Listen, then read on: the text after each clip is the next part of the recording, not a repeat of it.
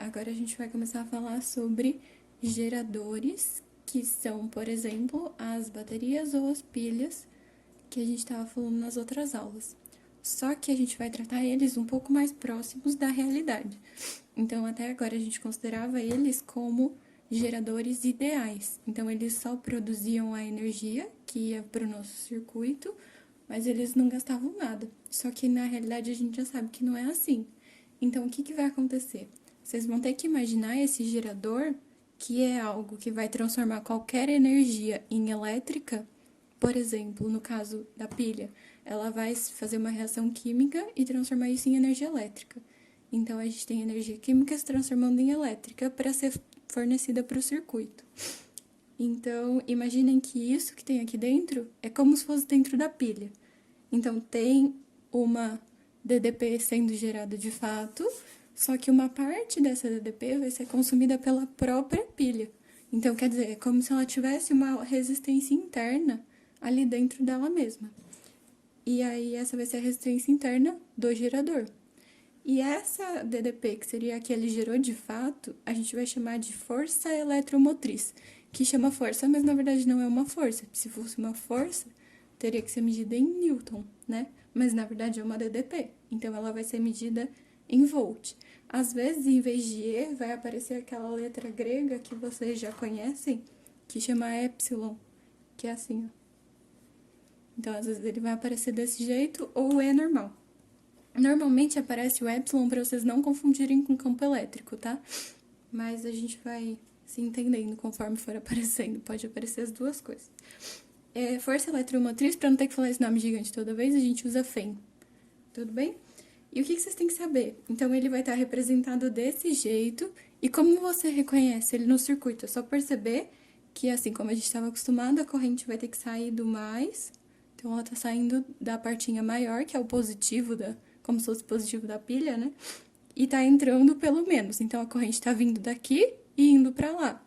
E aí, esta parte vai estar ligada em todo o resto de um circuito. Então, isso é só um pedaço do circuito que a gente vai analisar.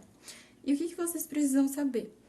Esse gerador vai fornecer uma potência para o resto do circuito. Só que a potência que ele fornece não é a mesma que ele produz, porque existe uma perda, existe uma potência que é dissipada nesse caminho. Então, o que vocês têm que imaginar? O gerador vai ter toda aquela potência gerada lá dentro.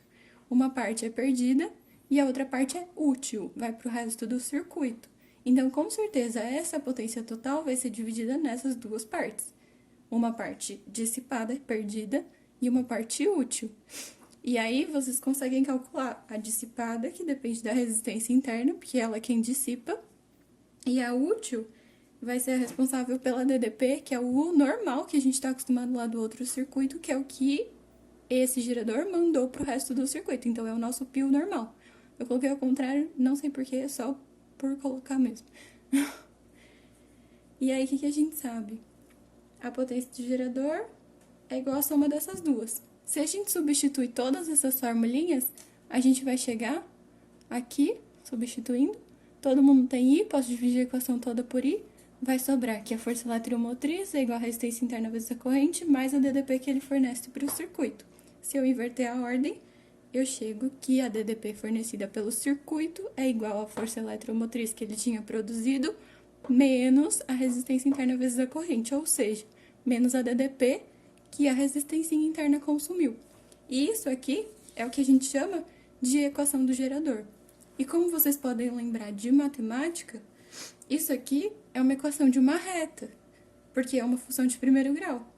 E como ela é negativa, o coeficiente angular quer dizer que ela é decrescente.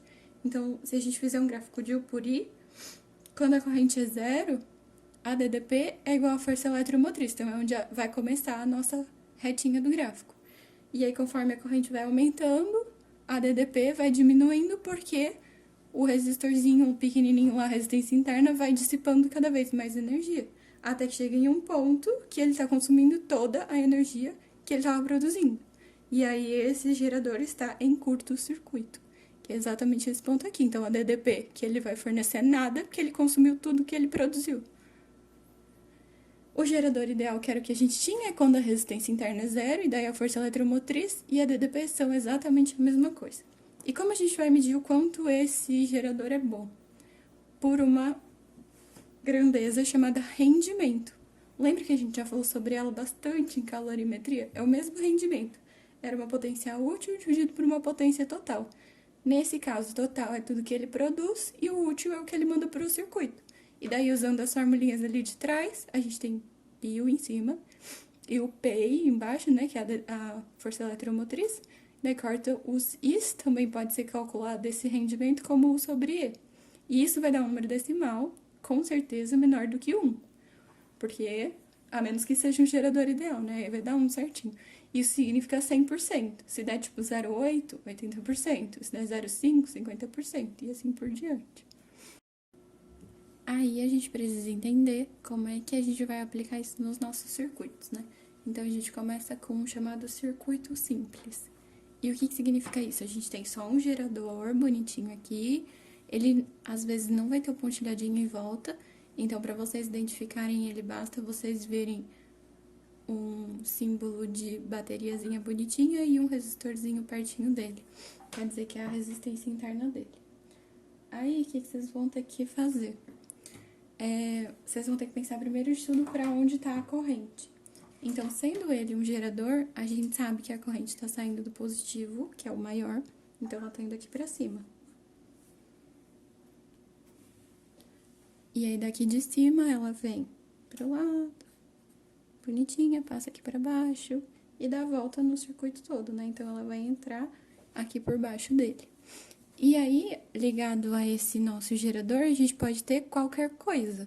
Só que qualquer coisa, pelo capítulo anterior, vocês já sabem transformar em uma única resistência. Então, aqui eu coloquei uma resistência só, mas ela pode ser equivalente de 200 milhões de outros resistores, que vocês já estão craques em trabalhar. E aí, o que a gente sabe? Toda DDP que o gerador fornecer para o circuito, como só tem essa outra resistência aqui, no caso de ser a nossa equivalente, também vai ter só ela quem vai consumir. Então, a DDP que o gerador fornece vai ser a que o resistor vai consumir. E aí, a DDP que o gerador fornece vem da equação do gerador que a gente tinha ali do papel anterior, né? Ela ali. Vai ser a força eletromotriz menos a resistência interna vezes o I. Então, eu substituo ele aqui. E o do resistor é o URI normal que a gente já está acostumado. Se a gente passar isso para lá, vai ficar positivo, posso pôr o I em evidência, e daí eu isolo o I, que é a corrente. Então, o que a gente sabe? Que a corrente vai ser igual a força eletromotriz dividido pela soma dessas duas resistências, que é o que é chamado de lei de Pouillet. Mas, eu gosto mais de pensar nesse tipo de exercício como sendo um exercício normal. Por quê? Vocês podem pensar que essas duas resistências aqui estão em série, então, com certeza, a equivalente dessas duas é a soma das duas. Então, o que a gente pode pensar? REC é igual a R mais Rão. E daí, vocês podem imaginar como se fosse um URI, só que o U é a força eletromotriz, a resistência equivalente vai ser a soma das duas vezes o I. E olha que interessante, você chega exatamente no que tinha ali. Então, são dois jeitos de você resolver o mesmo exercício. Vocês escolhem o que vocês gostam mais. Mas, nem tudo é tão simples.